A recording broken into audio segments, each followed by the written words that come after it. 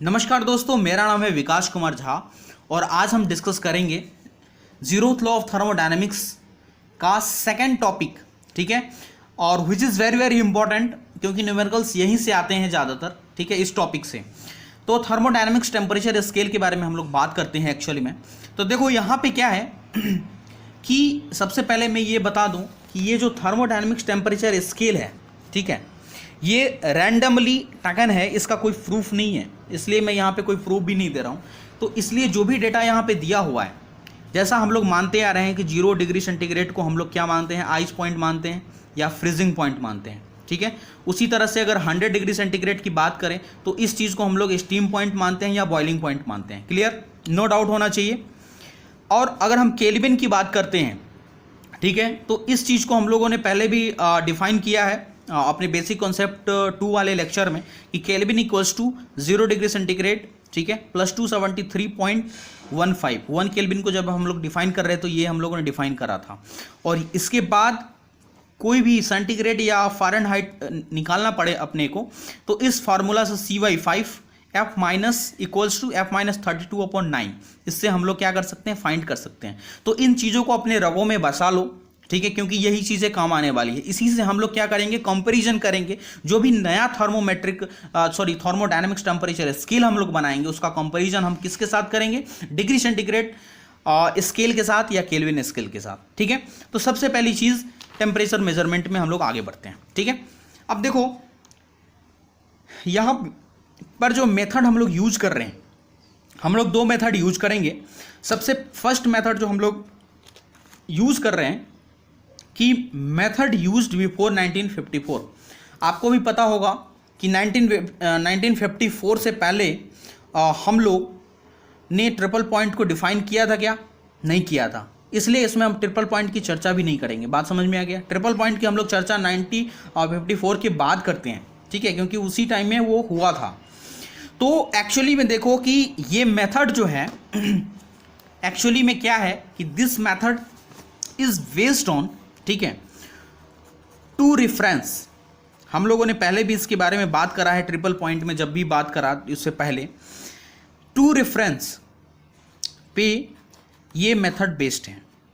ठीक है, सबसे पहला रेफरेंस है हमारा है आइस पॉइंट, ठीक है, और दूसरा है हमारा स्टीम पॉइंट। क्योंकि अभी हम लोग देख लिए कि 0 डिग्री सेंटीग्रेड को हम लोग क्या बोल रहे हैं, आइस पॉइंट, और 100 डिग्री सेंटीग्रेड पे क्या बोल रहे हैं, इसका कोई प्रूफ नहीं है, मैं पहले भी बता दिया। ठीक है, तो ऐसा मैं एजम्पशन मान के चलते हैं हम लोग, ऐसा कि 0 डिग्री को हम लोग क्या बोल रहे हैं, फ्रीजिंग पॉइंट या आइस पॉइंट, और स्टीम पॉइंट को 100 डिग्री सेंटीग्रेड पे मानते हैं।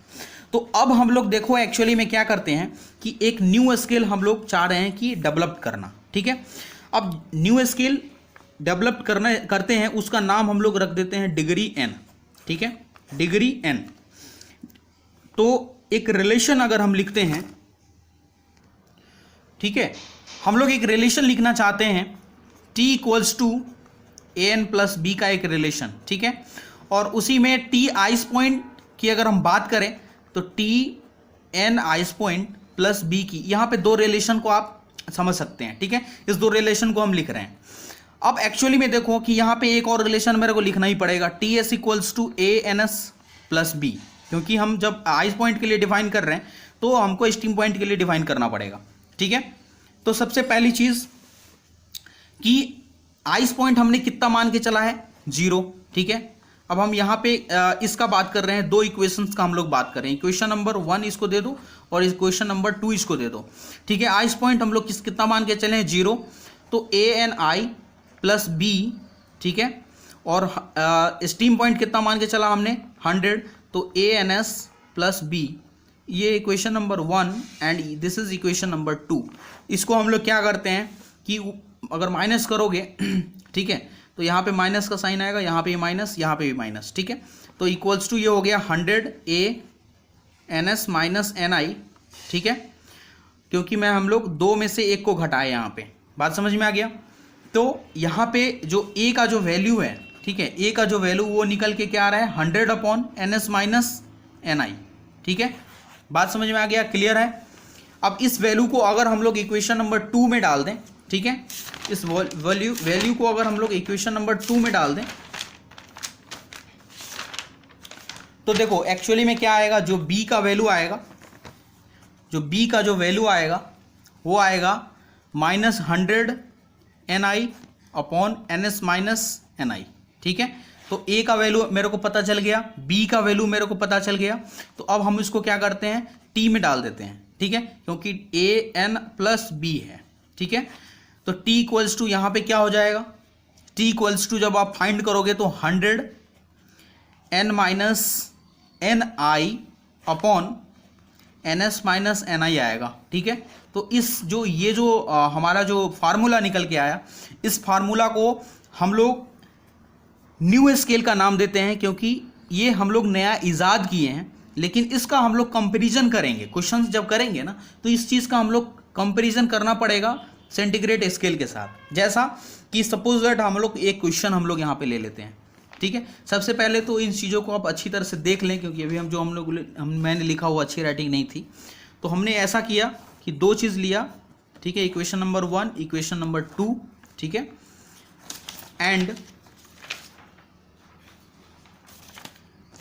यहाँ पे वही काम किया, ठीक है, 1 2 और 2 माइनस 1 कर दिया, ठीक है, और a की वैल्यू निकाली, b की वैल्यू निकाली, और इस इक्वेशन में हम लोगों ने क्या करा, रख दिया। तो t का जो वैल्यू आया ये आया, ये बहुत ज़्यादा इंपॉर्टेंट है, आप इसको नोट डाउन कर लें, ठीक है। अब देखो इस चीज़ को हम लोग क्वेश्चन के माध्यम से समझते हैं एक्चुअली में क्या है। अब देखो ये क्वेश्चन कहना क्या चाह रहा है कि एन आई मतलब आइस पॉइंट एक नया दे रहा है। देखो आइस पॉइंट हमने क्या पढ़ा है, 0 डिग्री सेंटीग्रेड, स्टीम पॉइंट क्या पढ़ा है हमने, 100 डिग्री सेंटीग्रेड, ठीक है। तो एक नया स्केल के डिफाइन के तौर पे ये क्या बता रहा है कि आइस पॉइंट आप मानो, ठीक है, 500 n, ns आप मानो 100 n, और n आप मानो, ठीक है, 200 n। तो नया टेम्परेचर क्या होगा, ठीक है, कोई दिक्कत नहीं है। एक इसमें देखो दो तरीका है। सबसे पहला जो तरीका है वो तो हम अगर इससे इसके साथ कंपैरिजन कर लें, ठीक है, इसका इसके साथ कंपैरिजन अगर कर लें तो नया स्केल अपने को मिल जाएगा, जो सबसे पहले हम वो करके दिखा देते हैं आपको, ठीक है। t इक्वल्स टू 100, ठीक है, n जो है हमारा दिया है कितना, 200, ठीक है, और ni जो दिया है वो कितना दिया है, 500, और ns 100 माइनस 500। तो यहाँ पे जो हमारे पास आ गया 30,000 अपॉन 400, ठीक है, क्योंकि यहाँ पे माइनस, दोनों माइनस माइनस कैंसिल, ठीक है, और 2 0 से 2 0, ठीक है। तो यहाँ पे हमारा जो नया टेम्परेचर क्या आ रहा है, 75, ठीक है, 75 डिग्री सेंटीग्रेड यहाँ पे हमारा नया टेम्परेचर स्केल आ रहा है। तो इसका मतलब हम क्या कहेंगे कि जब हम नए स्केल में 200 मेज़र कर रहे हैं, नए स्केल में n मेज़रमेंट कितना कर रहे हैं, हम 200 मेज़र कर रहे हैं, ठीक है, तब ये डिग्री सेंटीग्रेड, ठीक है, 75 डिग्री सेंटीग्रेड मेज़र कर रहा है। तो नया स्केल हमारा कितना का हुआ, 200 का। तो ये जो स्केल है हमारा कितना डिग्री मेज़र कर रहा है, 75 डिग्री सेंटीग्रेड मेजर कर रहा है। अब देखो इस क्वेश्चन को सॉल्व करने का एक और तरीका है, तरीका नंबर 2। अब विच इज वो क्या है, वो देखो एक्चुअली में क्या है कि हमने पहले भी डिस्कस करा था कि इस चीज़ के साथ हम लोग कंपेरिजन करेंगे, डिग्री सेंटीग्रेड स्केल के साथ कंपेरिजन करेंगे। तो उस डेटा को हम लोग सबसे पहले यहाँ पे लिख लेते हैं कि हमारे पास दो स्केल है। एक तो हमारा जो नॉर्मल स्केल है वो है 100 डिग्री सेंटीग्रेड पे हम लोग स्टीम पॉइंट मान लेते हैं, और 0 डिग्री सेंटीग्रेड पे हम लोग फ्रीजिंग पॉइंट या आइस पॉइंट मान लेते हैं, ठीक है। और जो नया स्केल आएगा या नया टेम्परेचर आएगा उस इसी के बीच में आ रहा है, ठीक है। तो इसको हम लोग सपोज दैट कि x मान लेते हैं, ठीक है। अब ये देखो नया टेम्परेचर n वाला जो स्केल है उस पे है। तो इसमें क्या बोला कि जो स्टीम पॉइंट है, ठीक है, वो 100 n है, ठीक है, और ये जो n है इसका जो टेम्परेचर माप रहा है इसका वो 200 n है, और ये जो आइस पॉइंट है वो 500 n है, ठीक है। ओ माय गॉड, तुम कुछ नहीं करो, कंपैरिजन कर लो ना डिग्री सेंटीग्रेड स्केल के साथ, खुद ब खुद निकल के आ जाएगा अपने सामने में। कि अगर एक चीज़ और बता दूं, अगर क्वेश्चन में कोई रिलेशन नहीं दिया हो तो हमेशा ये मान के चलना कि लीनियर रिलेशन हमको लिखना है, ठीक है। तो इसका लीनियर रिलेशन क्या होगा, 100 माइनस एक्स, ठीक है, 100 माइनस एक्स, ठीक है, 100 माइनस एक्स अपॉन 100 माइनस 0, ठीक है, 100 माइनस एक्स 100 माइनस 0, और उस सिमिलरली 100 माइनस 200 और 100 माइनस 500, इसको आप सॉल्व करेंगे, एक्स की वैल्यू निकालेंगे तो ये भी 75 डिग्री सेंटीग्रेड आएगा। तो मतलब कहने का मतलब ये है कि चीज़ों को हम समझ पा रहे हैं या नहीं, ये क्लियर आपको होना चाहिए, ठीक है। तो इसी बेसिस पे इसमें क्वेश्चन आ सकता है, इसमें इसके अलावा उसकी और कोई पॉसिबिलिटी है नहीं, ठीक है। इसके बाद जो हम लोग बात करते हैं एक्चुअली में बात करते हैं आफ्टर 1954 की, ठीक है। तो आपको एक फाइनल फार्मूला मैं बता दे रहा हूँ, उस फार्मूला को ध्यान में रखना है और उसी से हम लोग क्वेश्चन को सॉल्व करेंगे, ठीक है। तो T इक्वल्स टू, देखो this method is based on single reference temperature. सबसे पहला जो हम लोग यूज किया था वो दो रेफरेंस टेम्परेचर था उसका, एक टेम्परेचर था ice point and second temperature था स्टीम पॉइंट, ठीक है। और यहाँ पे जो है वो single reference temperature which is triple point, ठीक है। और ट्रिपल पॉइंट को हम लोगों ने पहले ही लेक्चर नंबर 2 में ही डिफाइन कर दिया था, ठीक है। इस चीज़ों को समझ में आनी चाहिए। ट्रिपल पॉइंट ऑफ वाटर के लिए हम लोग इसको डिफाइन कर रहे हैं, ठीक है। तो यहाँ पे जो T हम लोग डिफाइन करेंगे 273.16, ठीक है, P upon 612 only for water. अब देखो 612 यहाँ पे क्या है, एक्चुअली में 612 जो है वो ट्रिपल पॉइंट का, ठीक है, ट्रिपल पॉइंट का प्रेशर है। बात समझ में आ गया, ट्रिपल पॉइंट का प्रेशर है। अगर आपका इसका डिस्क्रिप्शन चाहिए इस फार्मूला को तो मैं थोड़ा सा डिराइव कर देता हूँ इस चीज़ का। अगर आपको डिस्क्रिप्शन चाहिए तो देखो प्रेशर जो है वो डायरेक्टली प्रोपोर्शनल टू टेम्परेचर हमने पर रखा है, ठीक है। तो इसको हम इस प्रेशर को हम लोग अगर डायरेक्टली प्रोपोर्शनल हटाएंगे तो एक कांस्टेंट आके यहाँ पे आ जाएगा, ठीक है।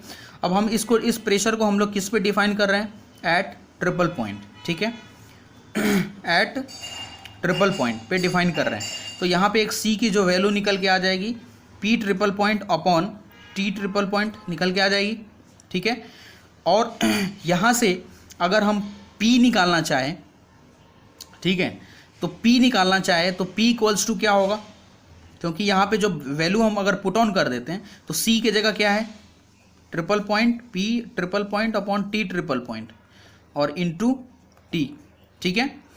तो अगर हम यहाँ से हम क्या करना चाहे, T की वैल्यू निकालना चाहे तो P upon P triple point, ठीक है, इनटू T ट्रिपल पॉइंट, ठीक है। और यहाँ से अगर हम T का वैल्यू निकालना चाहें, T का वैल्यू निकालना चाहें तो 273.16 हमने temperature of triple point water के लिए हमने पर रखा है, ठीक है। और P upon P TP 612 pascal हमने पढ़ के रखा है, ठीक है। तो इसको यहाँ पे वैल्यू डाल दिया हमने, तो इसलिए यहाँ पे ये हमारा एक टर्म निकल के आ गया। बात समझ में आ गया। तो यहाँ तक मैं आशा करता हूँ कि जो चीज़ें हैं आपको समझ में आई होंगी, ठीक है। तो नेक्स्ट लेक्चर में हम लोग जो डिस्कशन करने वाले हैं कुछ क्वेश्चंस पे हम लोग बात करेंगे।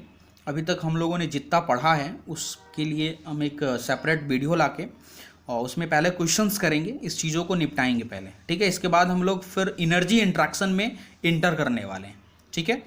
उसमें भी चीज़ों को फील करेंगे, समझेंगे। इतना सर वीडियो को देखने के लिए बहुत बहुत धन्यवाद। Thanks for watching my video.